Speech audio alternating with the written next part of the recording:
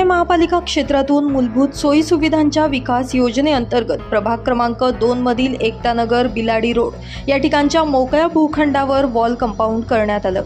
या ठिकाणी काही लोकांकडून मोकळ्या भूखंडावर अतिक्रमण करून भूखंड हडप करण्याचा प्रयत्न करण्यात येत असल्याचा आरोप नागरिकांकडून केला जात होता। यामुळे या ठिकाणी वॉल कंपाऊंड करण्यात यावं अशी मागणी नागरिकांनी आमदार फारुख शाह यांच्याकडे निवेदनाद्वारे केली होती। दरम्यान याचीच दखल घेत 25 लाख रुपयांचा निधी या कामासाठी मंजूर करत या ठिकाणी वॉल कंपाऊंडचं काम फारुख शाह यांच्या प्रयत्नातून पूर्ण झालं। आज याच वॉल कंपाऊंडचा लोकार्पण सोहळा विविध मान्यवरांच्या उपस्थितीत पार पडला।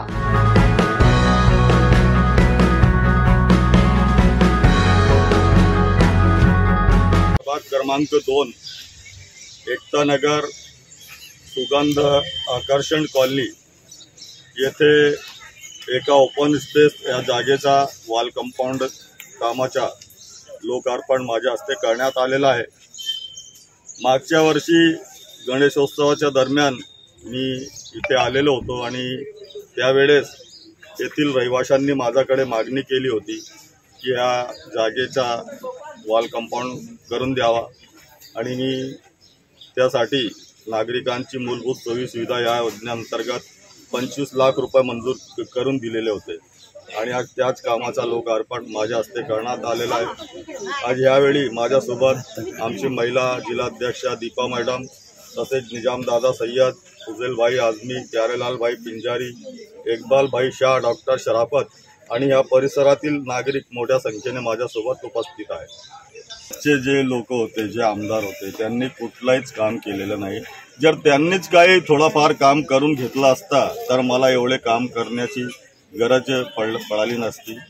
आणि फालतूचे जे लोक आहे आपल्या स्वतःला कार्यसम्राट आणि विकास पुरुष मिरवून घेतात, त्यांनी कुठलेच काम केले नाही।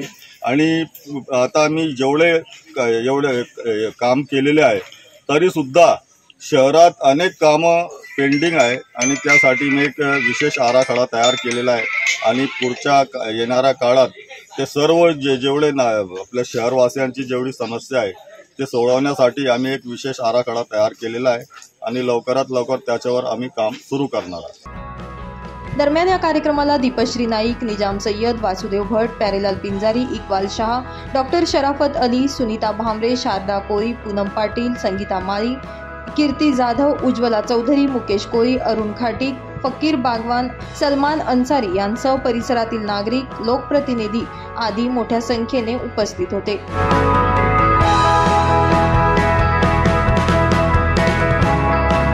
सुनील निकम, माझा महाराष्ट्र न्यूज, धुळे।